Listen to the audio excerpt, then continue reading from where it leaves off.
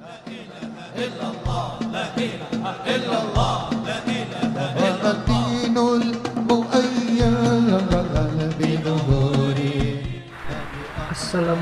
warahmatullahi wabarakatuh.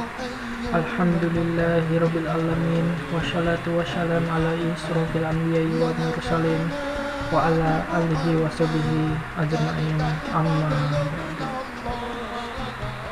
Saya Narangjaya Ade Pratama dengan NIM 2020 triple 181 dengan kelas manajemen 1C ingin membawakan ceramah dengan judul Kesetaraan Gender dalam Islam. Kajian-kajian Islam tentang kesetaraan gender dalam Islam. Kita akan membicarakan berbagai macam petunjuk Al-Quran terhadap wanita muslimah, yaitu perintah Al-Quran kepada perempuan untuk memperhatikan perkara ibadah, perintah Al-Quran kepada wanita muslimah agar berhijab, memperingatkan kepada para perempuan muslimah dengan keras untuk tidak melakukan tabaruz, yaitu berdandan, memperlihatkan kemolekan tubuh, kecantikan wajah, dan perhiasan kepada laki-laki yang bukan mahramnya.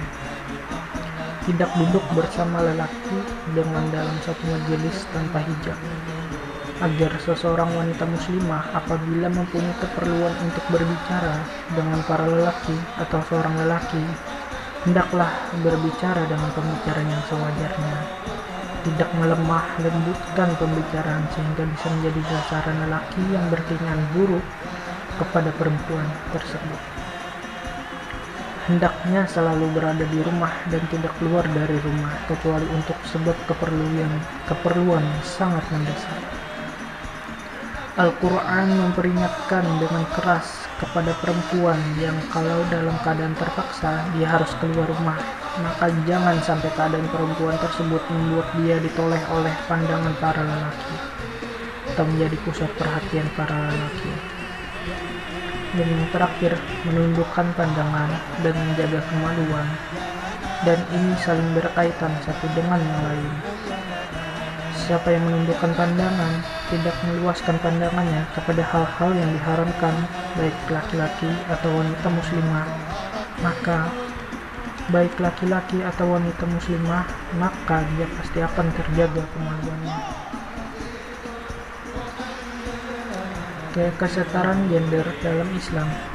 Penulis Al-Alamah Profesor Dr. Abdurrazzaq bin Abdul Muhsin Al-Badr mengatakan, termasuk petunjuk Al-Quran terhadap wanita muslimah adalah hendaknya seorang wanita muslimah tidak memiliki kepada sesuatu dari kekhususan dari para lelaki dan sifat-sifat yang khusus untuk para lelaki.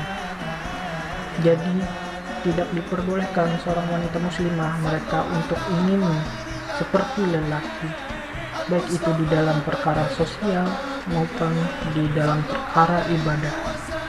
Maka ada batasan-batasan yang seorang wanita muslimah tidak diperbolehkan untuk semisal dengan para lelaki. Ada ayat yang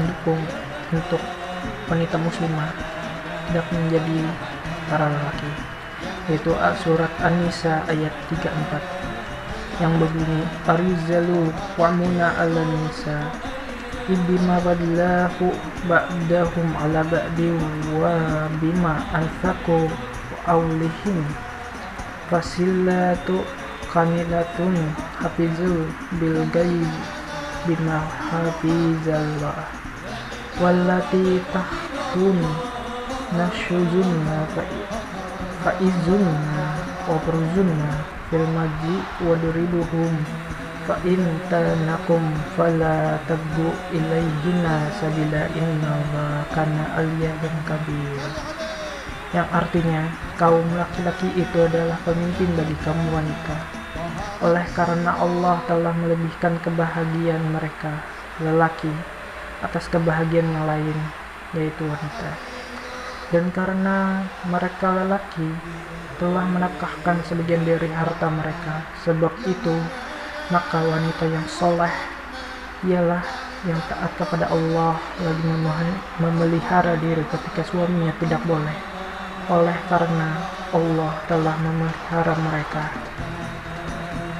Wanita-wanita yang kamu khawatirkan syujinya, maka nasihatilah mereka dan pisahkanlah mereka di tempat tidur mereka, dan pukullah mereka.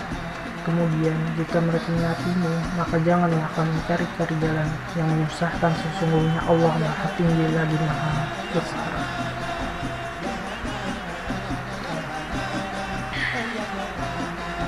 Ibnu Katsir ketika menafsir ayat ini menyebutkan riwayat Imam Ahmad meriwayatkan dengan sanadnya sampai kepada Imam Mujahid, seorang tabiun. Imam Mujahid meriwayatkan Ummu Salamah radhiyallahu an berkata, "Wahai Rasulullah, para lelaki berjihad di jalan Allah, kami para perempuan tidak berjihad."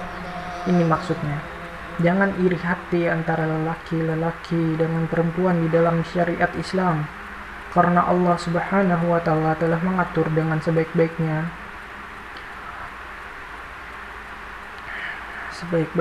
syariat tersebut bahwa berjihad kewajibannya hanya untuk para lelaki. Kemudian kata Ibnu Salamah radhiyallahu an, "Kami para wanita hanya memiliki setengah dari harta waris dari yang didapat oleh para lelaki."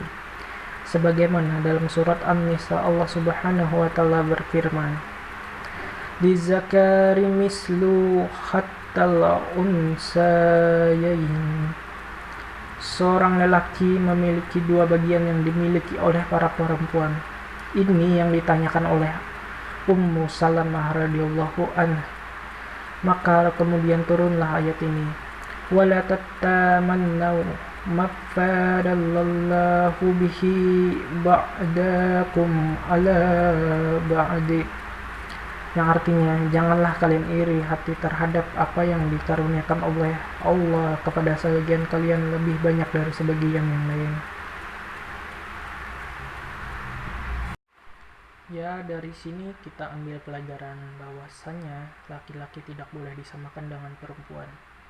Ada istilah kesetaraan gender atau dikenal juga dengan keadilan gender, yaitu pandangan bahwa semua orang harus menerima perlakuan yang setara dan tidak didiskriminasi berdasarkan identitas gender mereka yang bersifat konspiratif.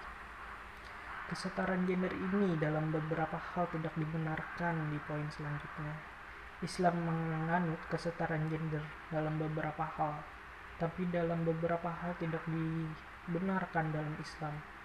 Jadi kesetaraan gender tidak mutlak bisa diterapkan di dalam umat Islam, tidak mutlak juga